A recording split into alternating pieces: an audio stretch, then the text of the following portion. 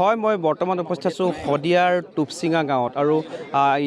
প্ৰয়াত গণশিল্পী ৰাজীৱ শদিয়াৰ পৰগমন হোৱাৰ আজি প্ৰায় 15টা দিন অতিক্ৰম কৰিলে আৰু এই 15টা দিন অতিক্ৰম কৰাৰ পিছতেই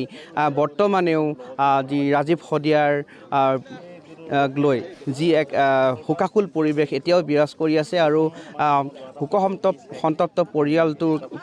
পৰিয়ালবৰ্গৰ কাষত ইতিমধ্যেই হাজাৰ হাজাৰ গণমাধ্যমে আহি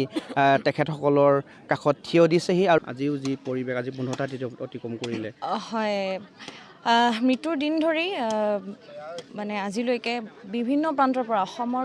বহু দূৰ দূৰণিৰ পৰাও মানুহ আহিছে পৰিয়ালটিৰ কাষত থিয় দিছেহি সাহস দিছেহি গতিকে মই মোৰ ফালৰ পৰা তেওঁলোকলৈ ধন্যবাদ জনাইছোঁ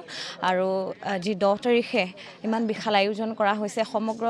শদিয়াবাসী ৰাইজ আৰু বিভিন্ন ৰাইজৰ সহযোগত ৰাজহুৱা আদ্য শ্ৰাদ্ধৰ তাৰ বাবে মই আপোনালোকৰ চেনেলৰ জৰিয়তে মই সকলোকে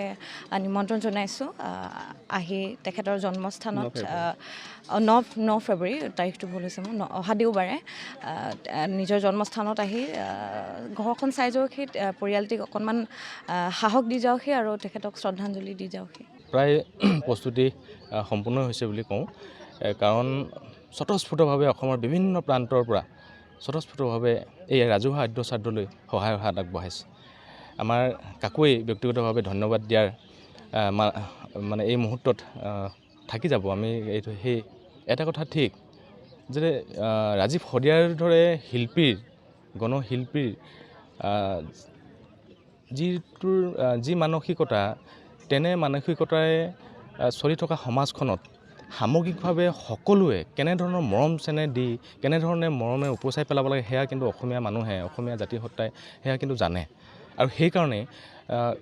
বিভিন্ন ধৰণৰ সামগ্ৰিকভাৱে বিভিন্ন ধৰণৰ উপভূমিতি হৈছে বহুকেইখন উপভূমিতি হৈছে স্বতঃস্ফূৰ্তভাৱে প্ৰত্যেকেই ইয়াত সহায়ৰ হাত আগবঢ়াইছে আৰু আমি কৈছোঁ এই মুহূৰ্তত আপোনালোকে দেখিছেই যে ইয়াত আজিও এই মুহূৰ্ততো সকলো বিভিন্ন প্ৰান্তৰ পৰা মানুহ আহি সমবেত হৈছেহি আৰু আমি এই মুহূৰ্তত গণশিল্পীৰ প্ৰতি ৰাইজৰ যিটো মৰম যিটো মানে শ্ৰদ্ধা সেয়া আমি এই আমাৰ ৰাজীৱ শদিয়াৰ ৰাজহুৱা আদ্য শ্ৰাদ্ধৰে দেখিবলৈ পাব আৰু এই মুহূৰ্তত আমি সমগ্ৰ অসমবাসী ৰাইজক আমি ৰাজহুৱা 9 তাৰিখে অনুষ্ঠিত হ'বলগীয়া ৰাজহুৱা আদ্য শ্ৰাদ্ধৰ নিমন্ত্ৰণ জনাইছোঁ আৰু আমি তেওঁলোকক আলহী হিচাপে নহয় তেওঁলোকক গৃহস্থ হিচাপে আমি নিমন্ত্ৰণ জনাইছোঁ আমি যিমান পাৰোঁ আমি আয়োজক সমিতি আমি চেষ্টা কৰিছোঁ যাতে ক'তো ত্ৰুটি ৰৈ নাযায় কাৰণ আমি কোনোবা আয়োজক সমিতি বুলি নহয় প্ৰত্যেকেই স্বতঃস্ফূৰ্তভাৱে ইয়াত আগবাঢ়ি আহিছে সেৱা মনোভাৱে আগবাঢ়ি আহিছে সকলোৱে সহায় সহযোগ আগবঢ়াইছে গতিকে আমি আমি প্ৰত্যেকেই গৃহস্থ আমি কোনেও আয়োজক সমিতি বুলি নহয় মই কৈছোঁ এই কথাটো গতিকে সকলোকে আমি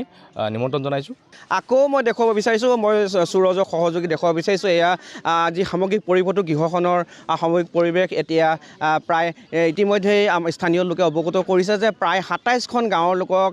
যি খাদ্যৰ কাৰণে দায়িত্বভাৰ গ্ৰহণ কৰা হৈছে ঠিক তেনেকৈ মহিলা সমিতিকো তেনেকৈ দায়িত্বভাৰ অৰ্পণ কৰিছে আলহী অতিথি আপ্যায়নৰ কাৰণেও কিছুমান দায়িত্ব অৰ্পণ কৰিছে আৰু আজিৰ পৰাই প্ৰায় মুঠতে প্ৰায় 9টা দিনৰ পিছতেই এসপ্তাহৰ পিছতেই যি অনুষ্ঠানটো যি ৰাজহুৱা আদ্য শ্ৰাদ্ধ আয়োজন কৰা হ'ব ইয়াৰ সম্পূৰ্ণ প্ৰস্তুতি তুলিছে আৰু সকলোৱে এনেদৰে প্ৰয়াত শিল্পীগৰাকীৰ ঘৰত এনেদৰে তেওঁলোকৰ সহযোগিতা আগবঢ়াইছে মই দেখুৱাই থাকিব বিচাৰিছোঁ পোনপটীয়াভাৱে প্ৰতিদিন টাইমৰ স্ক্ৰীণত আমাৰ সহযোগী সুৰজে সমগ্ৰ পৰিৱেশটো দেখুৱাই থাকিবৰ বাবে যত্ন কৰিছে আৰু এয়া হৈছে প্ৰয়াত গণশিল্পীগৰাকীৰ ঘৰৰ পৰা পোনপটীয়া দৃশ্য টুপচিঙা গাঁওখনত এতিয়া শিল্পীগৰাকীৰ ৰাজহুৱা আদ্য শ্ৰাদ্ধৰ বাবে সম্পূৰ্ণ প্ৰস্তুতি আগবঢ়াইছে